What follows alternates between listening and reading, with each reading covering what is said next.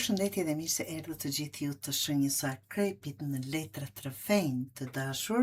Jam Diana dhe do bëj leximin e juaj. Të dashur Akrep, për forca apo tema e javës të quajmë kështu, forca e vërtet nuk vjen kur kontrollon të tjerët. Vjen kur arrin të njohësh veten, të shërosh plagët e tua dhe të jetosh në paqe me atë që je. Akrep, ky është një lexim jashtëzakonisht i thellë, nuk flet për ngjarje të jashtme aq sa flet për botën tënde të mbrëmshme. Është një javë ku mund të ndryshosh shumë, jo sepse ndryshojnë njerëzit përreth teje, por sepse ndryshon mënyra si reagon ndaj tyre. Këto 6 letra flasin për vetdije, identitet, falje, intuit dhe ekuilibër. Nëse i kupton mirë, kjo mund të jetë një javë, një nga javët më të rëndësishme për rritjen tënde personale. Fillojmë me letrën e parë që është uji, emocionet e thella. Java fillon duke kujtuar se emocionet nuk janë armik, janë sinjale. Shumë akrep kanë zakon t'i mbajnë gjërat mbrënda, nuk flasin me njëherë, nuk ankohen, nuk tregojnë se janë lënduar, por ajo që nuk thuhet, nuk zhduket, vetëm grumbullohet. Nëse dikush të ka zhgënjur muaj më parë dhe ti ende e mendon atë situatë, kjo letër të thotë se është koha të përballosh, jo ta fshehesh. Në punë mund të jesh duke mbajtur stresin vetëm për vete derisa të shpërthesh për një gjë të vogël. Në familje mund të thuash vazhdimisht jam mirë, ndërkohë që nuk je fare. Në dashuri mund të presësh që partneri të kuptojë vetë çfarë ndjen pa ju shprehur. Kush nuk lexon mendimet të dashur Akrepi. Forca nuk është të durosh pafund, forca është të dish kur duhet të flasësh. Self, vetvetja. Është për çuditur çdo gjë ka vërtet vetëm për ju, të dashur Akrepër. Kjo është zemra e gjithë leximit. Pyetja që kjo letër të bën është shumë e thjeshtë. Po jeton jetën që dëshiron ti, apo jetën që presin të tjerët nga ti? Ndoshta ke vite që përpiqesh të pëlqesh të tjerëve. Ndoshta thua po, kur do të thuash jo, kur duhet të thuash jo, në fakt. Ndoshta mban marrëdhënie vetëm nga frika e vetmisë. Ndoshta vazhdon një punë që nuk të pëlqen vetëm sepse të duket më e sigurt. Apo kjo javë të kërkon të rikthesh të vetja. Pra, kjo javë vërtet të kërkon të rikthesh të vetja. Çfarë të bën ty të lumtur? Çfarë të jep qetësi? Çfarë nuk dëshiron më të pranosh? Sa më shumë ta njohësh veten, aq më pak do të ndikohesh nga mendimi i të tjerëve. Falja. Kjo letër shpesh keq kuptohet. Falja nuk do të thotë të harrosh. Nuk do të thotë të lejosh dikë të lëndoj përsëri. Do të thotë të mos mbash mbi shpinë një barë që të lodh vetëm ty. Ka njerëz që kanë ikur nga jeta jote prej vitesh, por ende jetojnë në mendimet e tua.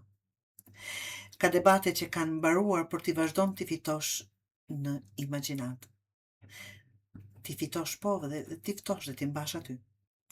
Kjo ka fjale që janë thënë dhe nuk ndryshohen më. Nëse vazhdon t'i ushqesh ato kujtime çdo ditë, je ti ajo që po e mban plagën hapur.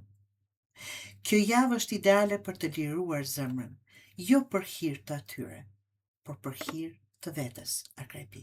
Fal. Letra tjetër është vetëdija. Intuita jote këtë javë është jashtëzakonisht e fortë. Do të ndihesh kur dikush nuk është i sinqert. Do të kuptosh kur një situatë nuk të bind. Do të dallosh njerëzit që afrohen vetëm kur kanë interes. Por kujdes, mos e ngatro intuitën me dyshimin. Intuita të jep qetësi, dyshimi të jep ankth. Nëse je vazhdimisht duke kontrolluar telefonin e partnerit, duke menduar çfarë fsheh kolegu, apo duke analizuar çdo fjalë që të thonë, Kjo nuk është intuit, është frikë. Prandaj dëgjoj zërin tënd të mbrëmshëm, por mos ndërto histori pa prova. Letra e 5 është zemra. Kjo është letra e dëmshurisë. Jo vetëm ndaj të tjerëve, por edhe ndaj vetes. Shpesh je shumë e ashpër me veten. Kur gabon e dënon veten me shumë se kushdo tjetër. Kur nuk arrin një objektiv mendon se nuk je mjaftueshëm mirë. Kur diçka nuk funksionon e merr si dështim personal. Por askush nuk ecën drejt pa gabuar. Kush është ai që nuk ka gabuar që të mos gaboni juve? Në dashuri kjo letër kërkon shumë butësi. Në familje kërkon më shumë durim. Në punë kërkon të mos e krahasosh veten vazhdimisht me të tjerët. Kujtoje gjithmonë, njerëzit që duken më të sigurt, shpesh kanë pasur të njëjtat pasiguri si ti. Është shumë e thjeshtë. Dhe letra tjetër të dashur e fundit, ekuilibri i energjisë. Leximi mbyllet me një mesazh shumë praktik. Mos harxho gjithë energjinë në një pjesë të jetës dhe lër të tjerat bosh. Ka njerëz që punojnë gjithë ditën dhe nuk kanë kohë për familjen. Ka njerëz që jetojnë vetëm për dashurinë dhe harrojnë veten. Ka njerëz që kujdesen për të gjithë, por nuk kujdesen për shëndetin e tyre. Kjo letër të kërkon ekuilibër. Fli mjaftueshëm.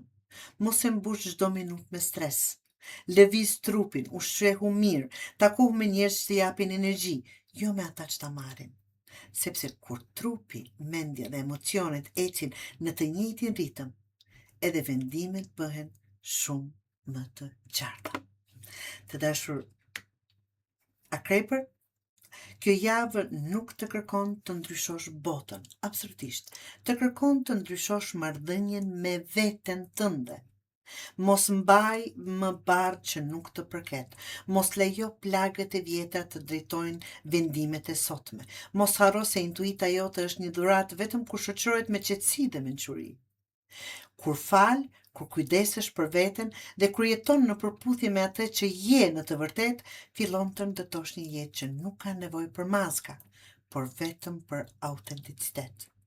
Ky është transformim i vërtet. Dhe ajo po ju pret.